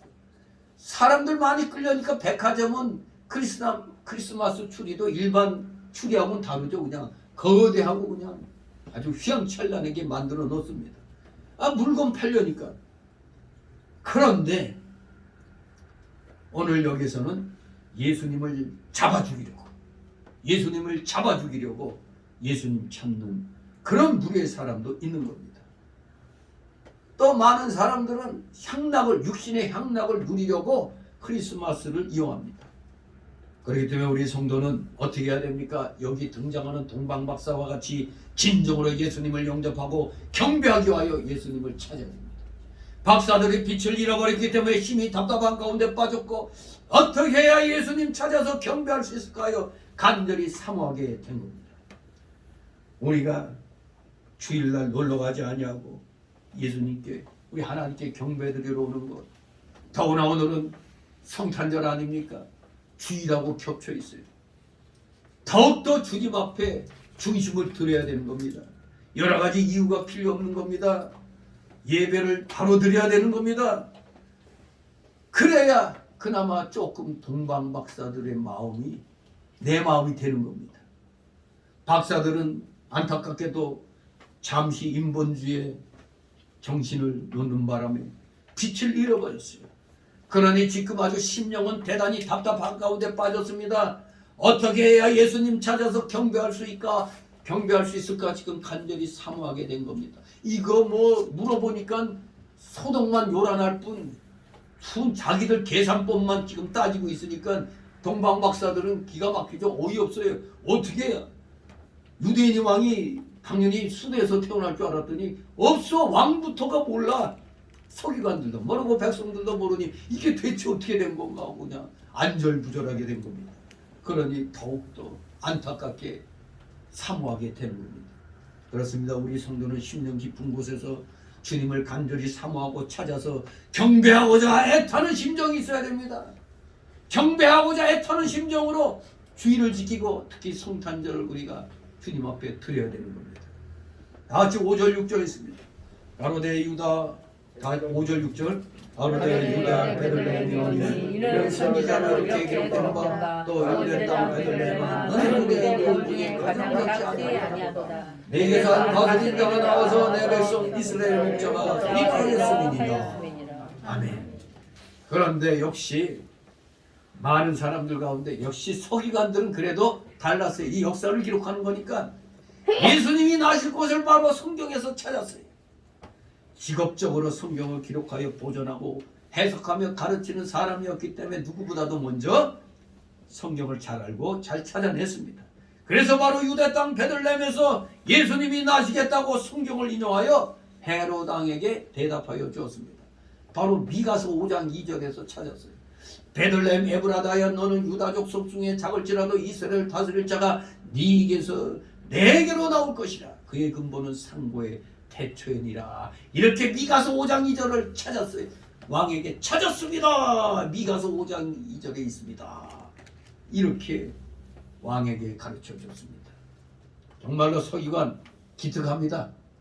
참으로 성경을 잘 알았어요. 성경을 바로 찾아 바로 증거해 줬습니다. 그런데 문제는 지식적으로 알고 있어서요. 찾았으면 어떻게 해야 돼요? 동방박사들하고 우리도 같이 갑시다 이렇게 얘기해야 되잖아요. 예수님을 경배하기 위하여 찾아가야 되는데 그냥 지식 자랑만 하고 있었어요. 찾았습니다. 미가서 5장 2절에 있습니다. 아주 그냥 자기들 지식만 자랑했습니다. 오늘날에도 이 서기관과 같은 교육자들이 많이 있습니다. 성경을 바로 알고 가르치기도 잘하지만 문제는 자기는 실제로 그대로 행하지 않는다는 데 문제가 있는 겁니다. 오늘날 많은 목회자들이 실제로 행하지 않는 사람들 너무 많습니다. 선지자의 이 목사의 역할은 예수님이 3직을 갖고 오셨다고 그랬죠. 선지자 역할, 제사장 역할, 왕 역할을 다 해야 돼요. 그런데 오늘날 대부분의 한국교회 목회자들은 제사장 노릇, 왕 노릇만 잘해요. 선지자 노릇 안 해요. 왜? 제일 대접 못 받는 직종이 선지자직이에요. 잘못 말했다간 두들겨 맞고 돌 맞아 죽어. 그러니 다 선지자직은 안 하려고 그래요. 세상이 불의로 가득 차고 나라가 공산화 일보 직전에 가 있는데도 아무도 외치지 않아요. 이거 목사는 교회에서 그냥 말씀만 잘 가르치면 돼. 세상에나 이런 무책임한 이런 말을 합니다. 코로나를 이용해서 정치 방역할 때 정말 한심했죠. 우리나라 그 대형교회라고 크게 교회 교세 자랑하고 명예 자랑하던 목사들 거의 한 사람도 안 나섰어요. 정광훈 목사 빼놓고. 그리고 일부 작은 교회 목사들이 죽어라 하고 외쳤어요. 근데 그때는 기죽음죽 가만히 있다가 이제 좋은 시절이 오니까 이제서야 이게 그냥 어깨 힘주고 우리 모든 성도들이 열심히 기도하고 있다 하고 생색내고 있어요. 지금 기가 막히죠. 하나님은 아실 겁니다. 행동을 하지 않은 목사는 죽은 목사입니다. 믿음부터도 행동하지 않는 믿음은 죽은 믿음이라고 누가 그랬죠? 야고보 기자가 야고보서에 기록하고 있잖아요. 행동을 할 줄 알아야 됩니다. 행하지 않으면 가짜입니다. 백성들도 유대 땅 베들레헴에서 그리스도가 나시겠다는 말씀을 들었지만 문제는 예수님 경배하려고 베들레헴을 가지 않았다는 거죠. 분명히 베들레헴 에브라다야 이렇게 베들레헴이라고 가르쳤는데 베들레헴으로 갑시다 하고 와가야 되는데 모두 지식만 자랑하고 있었습니다. 오늘날도 교육자나 교인들이 겉으로는 성경을 잘 알고 있으나 실제로는 예수님을 만나 경배하지 못하는 사람이 많이 있습니다. 오늘 성탄절인데 특별히 주일인데도 세상 핑계대고 세상 자기 바쁜 일 나로 아니면 진짜 바빠서 간 건지 놀러 가려고 어디 놀러 가기로 약속했는데 시간이 뭐 어쩌고 저쩌고 해서 그 시간 맞추려고 예배당에 안 오는 사람들 회개해야 됩니다. 진실로 성경만 알고 있으면 뭐합니까? 진실로 행동으로서 주님을 만나 경배드려야지.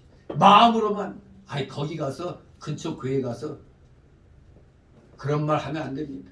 피치 못할 일이 아닌 경우에는 우리는 주일 온전히 지켜야 되는 것입니다. 우리 성도는 실제로 그리스도를 찾아가 만나고 참으로 예수님께 합당한 경배를 드려야 하는 것입니다. 그러기 위해서는 먼저 우리 자신이 주님을 찾는 간절한 마음과 열렬한 심정이 먼저 일어나야 됩니다. 이 심정이 바로 엔돌핀, 세로토닌, 또 뭐예요? 도파민, 다이돌핀 이런 무지막지하게 좋은 암세포까지 죽일 수 있는 그런 것들이 팍팍 나오는 겁니다. 우리 기독교인들에게. 그러니 여러분들 간절한 마음, 열렬한 심정, 감사하겠다는 그 간절한 마음, 찬송으로 영광 돌려야겠다는 그 심정이 있어야 됩니다. 그리고 나서 내 몸으로 직접 주님을 찾아 나가야 되는 겁니다. 직접 실제로 주님을 만나 신령과 진정으로 경배하는 사람이 참된 신자인 것입니다. 오늘 이 자리 예배당에 나와서 하나님 앞에 경배드리는 자들이 진정한 신자인 것입니다. 참된 성도라 말할 수 있습니다. 다 같이 7절 8절.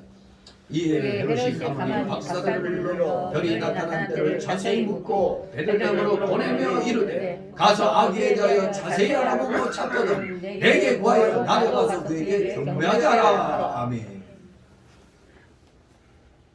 요것만 딱 보면은 헤롯이 제대로 된 왕이다 생각할 수 있죠. 왜? 나도 가서 그에게 경배하겠다고 말하니까. 분명히 예수님께서 유대인의 왕으로 오셨지만 유대의 종교 지도자들은 예수님께 경배하지 않았습니다. 유대인의 왕의 탄생을 알리는 동방박사들의 말을 듣고 헤롯 왕과 온 예루살렘은 소동했다고 했습니다. 왕은 모든 대제사장들과 서기관들을 소집하여 그리스도의 출생지에 대해서 질문했습니다. 그 종교적 지도자들은 성경 예언을 잘 알고 있었지만 동방박사들과 함께 아기 그리스도께 경배하기 위해서 가지 않았습니다. 성경에 능통했던 그들이 왜 메시아의 탄생을 확인하고 그에게 경배하지 않았을까요? 왜 그랬을까요? 그것은 바로 마태복음 15장의 말씀처럼 하나님 말씀에 인간의 교훈을 덧입힘으로써 실상 하나님의 말씀을 부정하는 불신앙을 범했기 때문에 그렇습니다. 이 성경 말씀에 인간의 생각을 덧입혀버렸어요.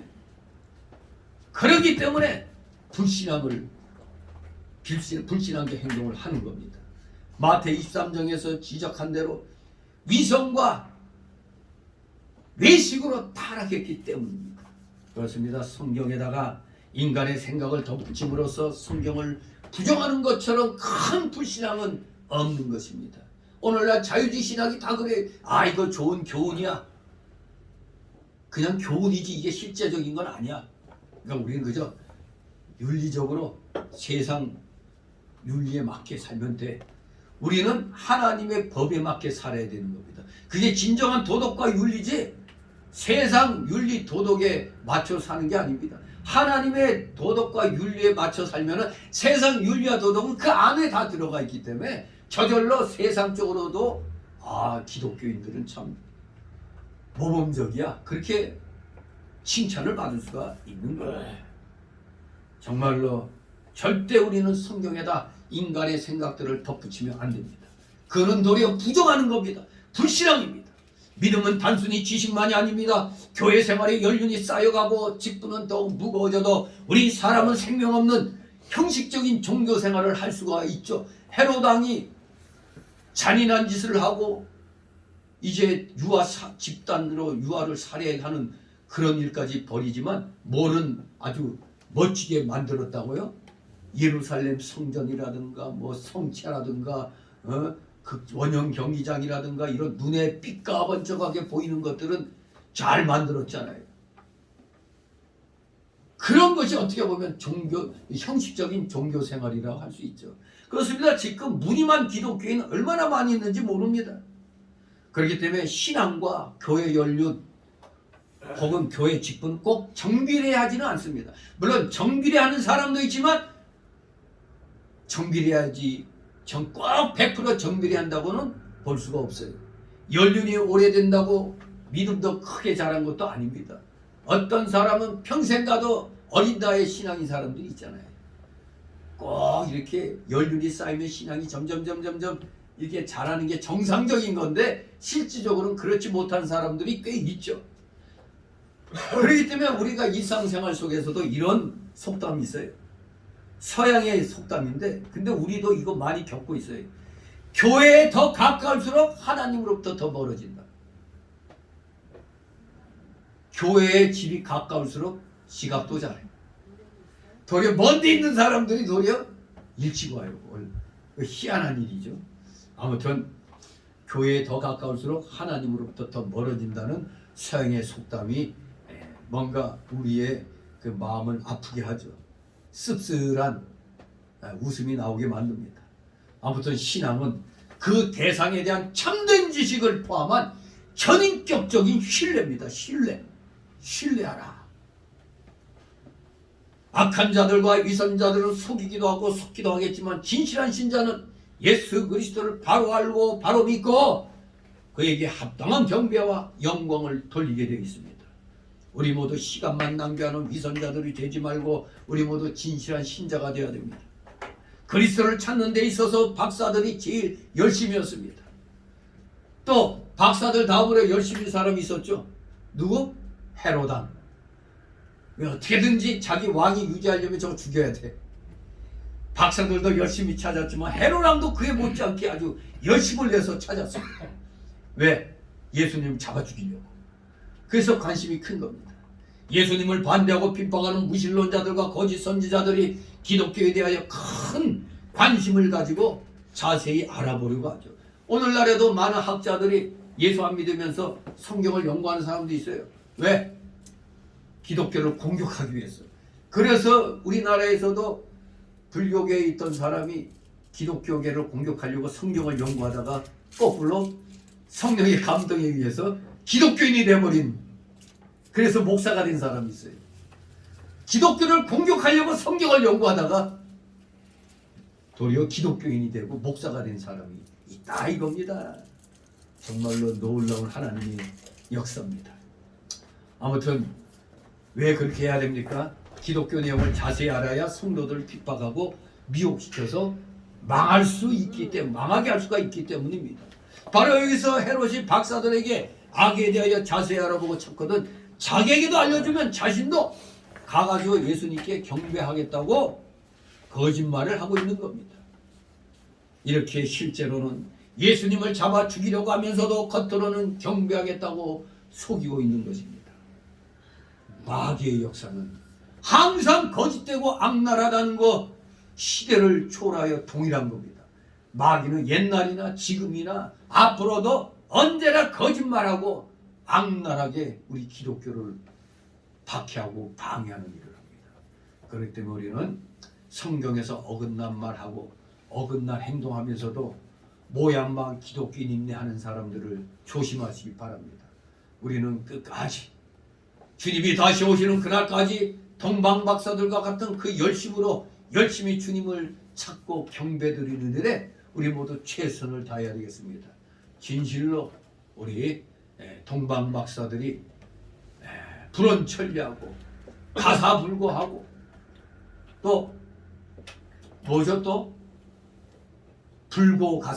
불고가사하고 또 뭐 하나 또 있죠? 불고가사 집안일 돌아보지 않고 불사노고 불언천리 불사노고 고생을 마다하지 않고 또 먼 길을 마다하지 않고 하는 이 불언천리, 불사노고, 불고가사, 이러한 마음가짐이 우리 성도들의 마음가짐이 돼서 오늘 성탄절, 특히 주일, 앞으로도 주일은 철저하게 하나님 앞에 드리는 여러분 되시기를 주님의 이름으로 축원합니다. 기도합니다. 거룩하신 하나님 아버지, 은혜를 감사드립니다.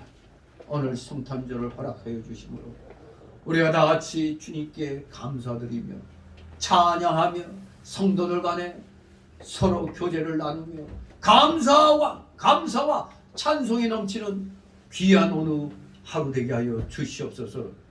우리 다들 놀러 가고 싶은 마음들이 있습니다만 오늘 또 특별히 주일이기 때문에 그 마음을 억제하고 절제하면서 더욱더 중심으로 하나님을 바로 섬기는 우리 사랑하시는 자녀들 다 되게 하여 주시옵소서. 감사드리며 예수 그리스도 이름으로 기도드리옵나이다. 아멘. 같이 찬송가 122장.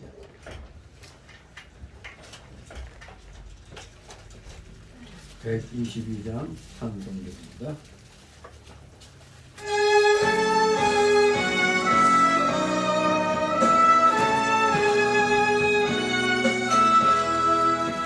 천번 나온 성도여 다 이리 와서 베들레헴 성읍에 가봅시다.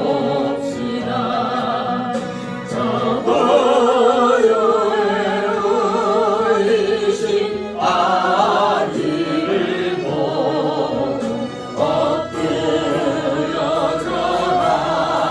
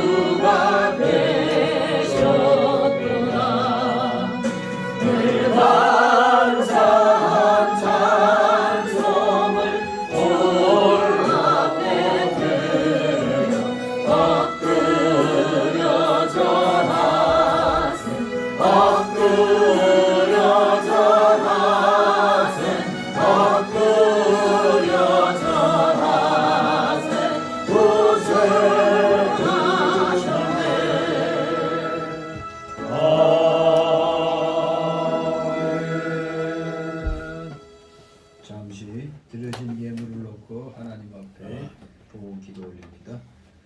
사랑과 내가 풍성하신 하나님 아버지, 오늘 특별히 성탄절과 주일을 맞이하여 하나님 앞에 특별한 심령으로 이렇게 나와 하나님께서 허락하여 주신 각자의 그 생활의 그 터전에서 맺은 그 열매들을 10의 1조로 구별하여 드렸고, 특별히 성탄절 특별 예물로 드렸으며, 또 각종 명목의 감사 예물들을 하나님 앞에 드리고 있사오니 아버지 손길들 하나하나 기억하여 주시옵소서.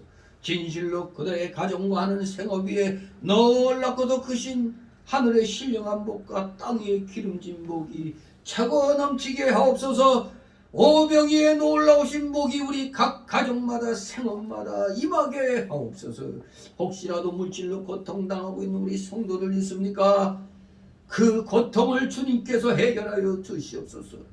그 하늘 창고문을 열고 마음껏 주의 영광을 위하여 물질을 사용할 수 있는 물질의 실력자, 참으로 믿음의 실력자로 더욱더 성장시켜 주시옵소서. 드려진 예물 몸된 교회를 위하여 잘 사용되도록 늘 은혜로 충만케 하여 주시옵소서. 감사드리며 우리 구주 예수 그리스도의 이름으로 기도드리옵나이다. 아멘.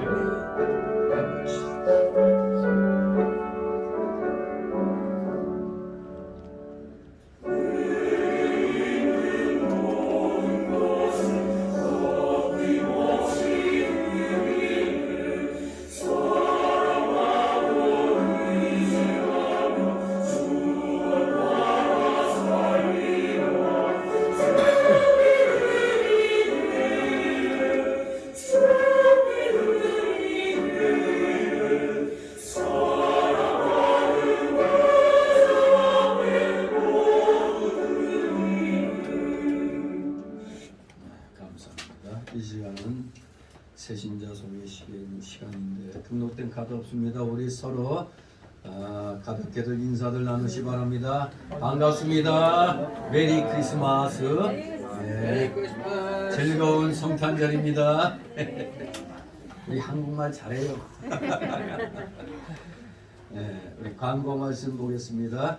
예, 2020년도 마지막 주일입니다. 마지막 주일. 감사하게도 우리가 이제 확고하게 자유민주주의 체제로 나아갈 수 있도록 지금 하나님이 허락해 주셨어요. 지금 악랄한 공산주의 사상 가진 자들이 5년 동안 이 나라 정말로 너무너무 많이 망쳐놨는데, 이제 하나씩 이제 그 적폐를 청산해 가는 것을 보게 됩니다. 조금 마음이 놓입니다만 아직은 힘들어요. 왜? 저 주사파 이 야당들이 완전히 아직도 자기들이 정권 잡은 것처럼 그렇게 지금 행동하고 있어요. 이건 국민들이 이들을 엄하게 다뤄야 됩니다. 여러분들, 국민들 정신 차려야 됩니다. 이번에 완전히 대선을 불복하고 있어요. 저 야당이. 저놈들 한 놈 한 놈 잘 기억하고, 또 여당 내에 저 야당같이 못된 놈들 있죠?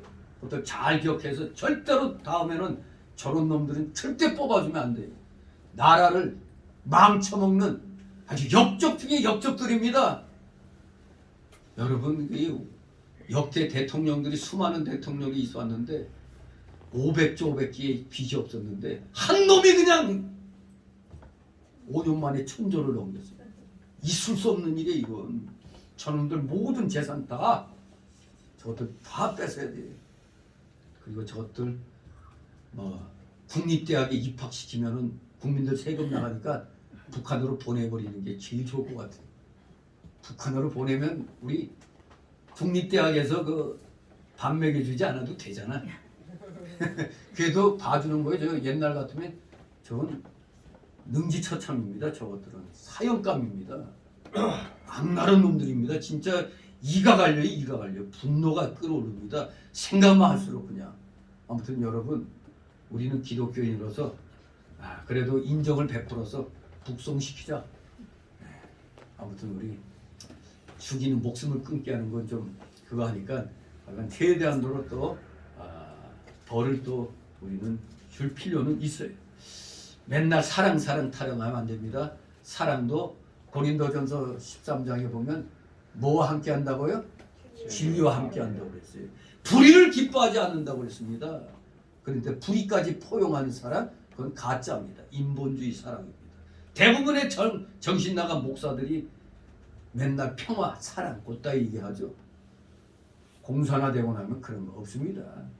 다 죽어요. 먼저 정신 똑바로 차려서 이제 2023년도는 더욱더 이 나라가 뻗어나가는 하나님의 영광을 드러내는 그런 귀한 나라들로 더욱더 성장해 나갈수록 여러분들 간절히 하나님께 기도하시기 바랍니다.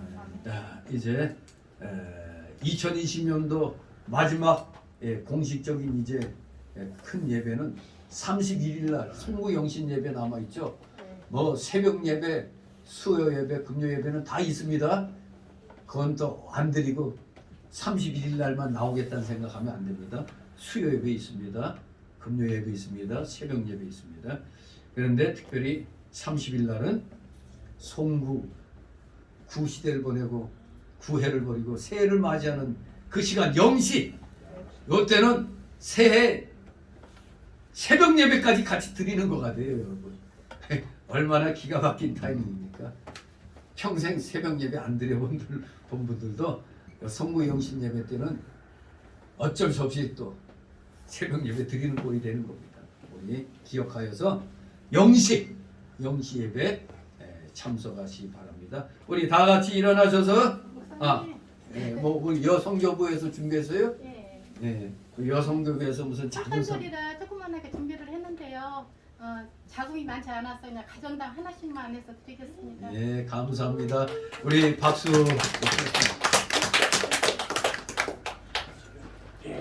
정성이 중요하죠, 정성. 같이 이렇게 나눠주세요. 목사님. 감사합니다.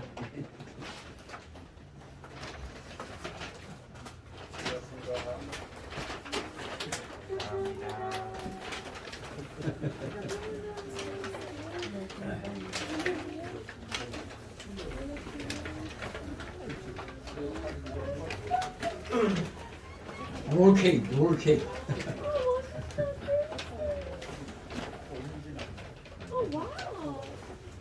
It's very delicious food. Very delicious cake. Dangerous. 너무 맛있어가지고 위험하네.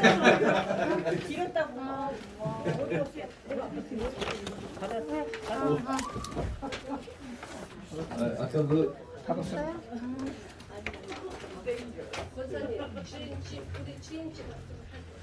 왜 빨리 나가셨어? 감사합니다. 네, 감사합니다. 그 준비한다는 게 쉬운 게 아닙니다. 우리 하나님께서 차고 넘치도록 주실 줄 믿습니다. 우리 다 같이 일어나셔서 62장 부르신 후 축복 기도로 마치도록 합니다. 62장.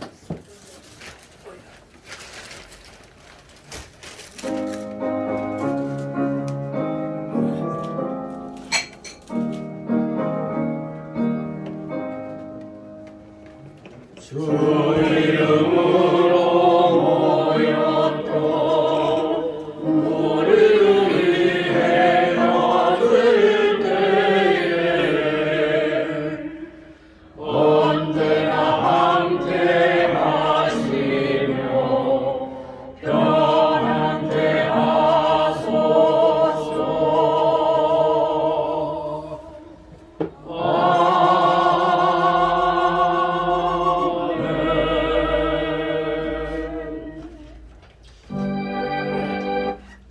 영원한 지옥 사마 형벌로부터 영생 복락의 무궁천국으로 우리를 구원하여 주신 우리 구주 예수 그리스도의 크신 은혜와 하나님 아버지의 극진하신 사랑하심과 성령님의 감동감화 교통 충만 내주 역사하심이 여기 머리 숙인 모든 무리들 머리 위에와 각 가정 위에 하는 생업 위에 학업 위에 이 나라 이 민족 위에 이 나라 모든 올바른 교회들 위에 이제부터 영원토록 함께 있을지어다. 아멘.